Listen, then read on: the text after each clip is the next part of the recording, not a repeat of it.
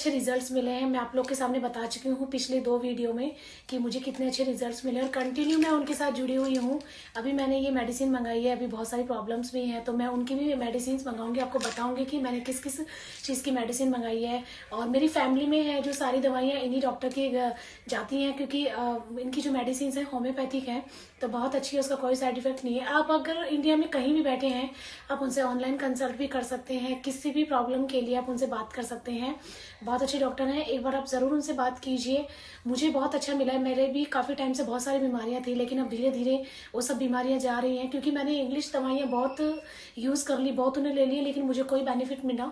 लेकिन जब मैंने इनका पेज देखा तो मुझे लगा कि मुझे इनसे एक बार बात करनी चाहिए। तो स्क्रीन पर आप उनका नंबर और उनकी आईडी देख रहे हैं, एक बार जाके आप उनसे कॉन्टैक्ट कीजिएगा। अगर आप भी काफ़ी टाइम से परेशान हो रहे हैं किसी भी प्रॉब्लम को लेकर के, स्किन लाइक अगर गैस्ट्रिक प्रॉब्लम है कोई भी है, तो आप उनसे कंसल्ट कर सकते हैं। Go guys, bye bye.